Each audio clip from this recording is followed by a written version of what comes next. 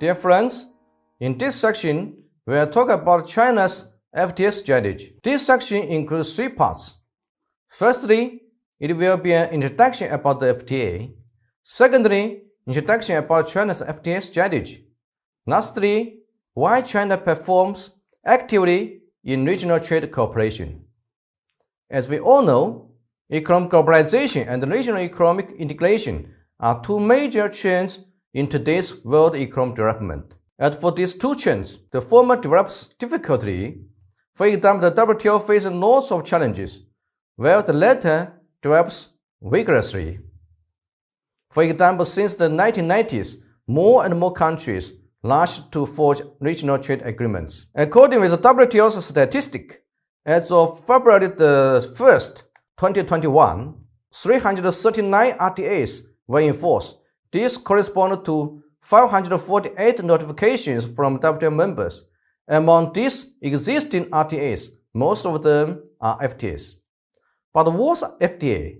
Theoretically, FTA, Free Trade Agreement, is one kind of regional trade arrangement formed by two or more countries or country groups to achieve mutual trade liberalization. Among the members, all the tariffs and the non-tariff trade barriers will be cancelled, while at the same time, the member states are permitted to maintain their own trade policies toward non-member states.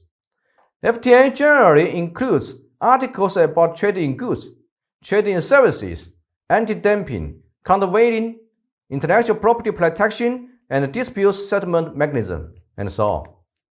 Even FTA violates WTO's most favored nation principle. It is viewed as one exception, the Article 24 of the General Agreement on Tariffs and Trade, 1994, and Article 5 of the General Agreement on Trade in Services. Both of these two articles talk about this exception. However, even all the members of WTO are permitted to form FTAs. They still need to be notified to the WTO.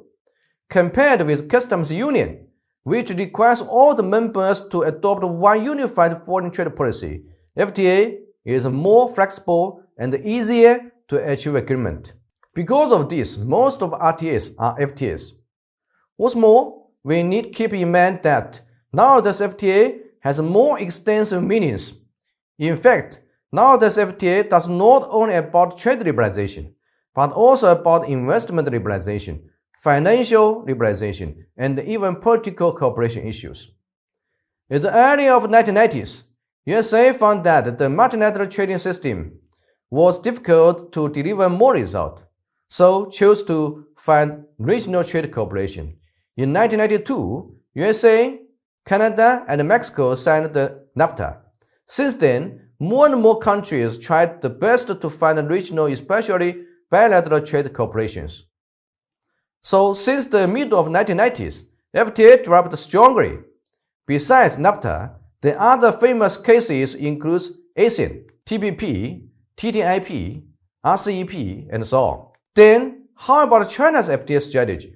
From the website of Ministry of Commerce of PRC, we get to know that the Chinese government deems FTA as a new platform for further opening up and accelerating domestic reforms. At the same time, China can integrate into the global economy through FTA as an effective way to strengthen cooperation with other economies. In fact, nowadays Chinese government on one hand support multilateral trade system, the WTO strongly, while on the other hand pay attention to regional economic cooperation, especially FTA. For example, in 2007, the 7th CPC National Congress clearly proposed to implement the FTA strategy. In 2012, the 18th CPC National Congress proposed to accelerate the implementation of the FTA strategy.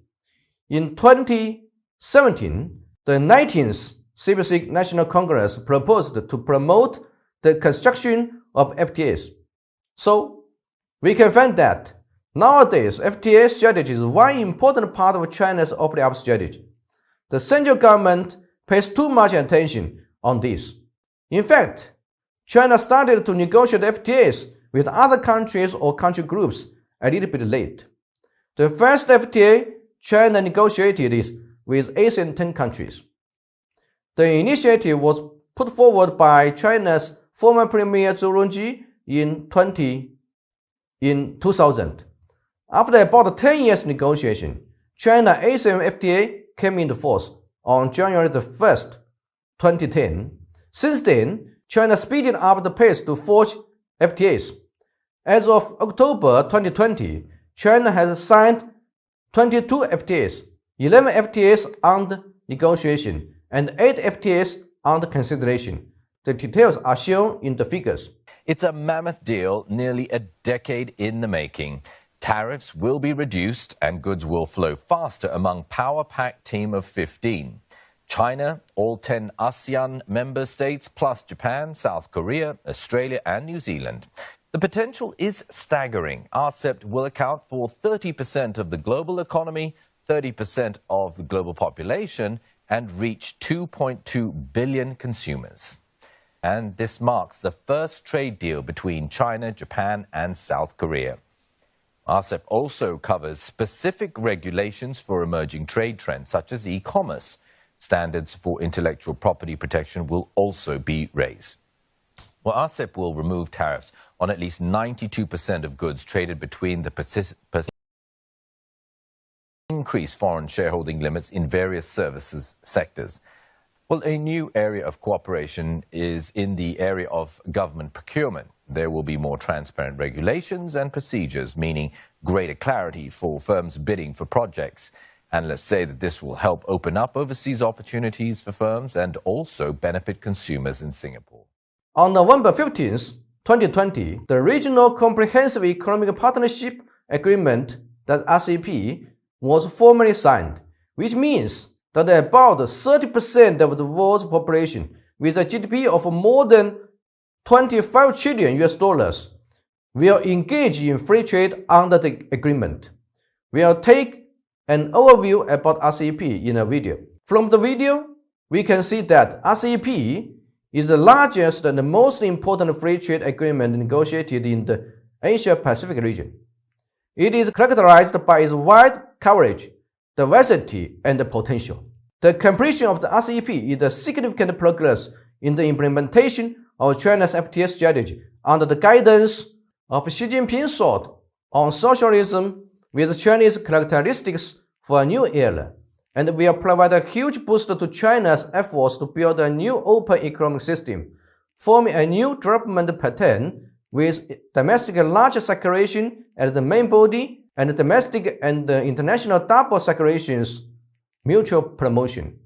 But why does China perform actively in regional trade cooperation, especially to negotiate for FTAs?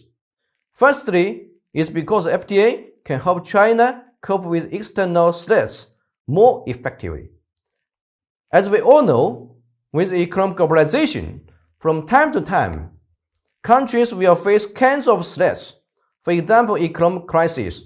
Usually, individual country is too fragile and cannot cope with the threats successfully by themselves. They must hand in hand fight against the challenges together. For example, after the 1997-1998 East Asia financial crisis, one former Minister of Finance of Indonesia said that Asia learned the hard way in 1998 that the absence of regional cooperation can cost an economic misfortune. We now understand how enhancing regional integration and collaboration is important to build stronger and more resilient economies. One former president of Asia Development Bank also said, "Imagine Asian regionalism offers a new platform for economic development that is good for individual economies, good for Asia, and good for the world. It is a partnership for shared prosperity." Secondly, establishing FTA network can help China to avoid the hazard of marginalization. According to academic analysis, even the world impact of FTA on member countries is uncertain. The impact on non-member countries is very sure. That's absolutely negative because of trade diversion and the investment diversion effect brought by FTA. So if all the other countries try to forge FTA and China keep aside, then China will be marginalized. Therefore, in order to avoid the hazard of marginalization, China also needs to try the best to form China's own FTA network. Lastly, negotiate with other country or country group can help China to put forward domestic reform. Why? Because FTA negotiation usually relates with trade, investment, and financial liberalizations, and all of this meets the requirements of China's market-oriented reform, and then can help China to put ahead the domestic reforms. That's all for this section. Thanks.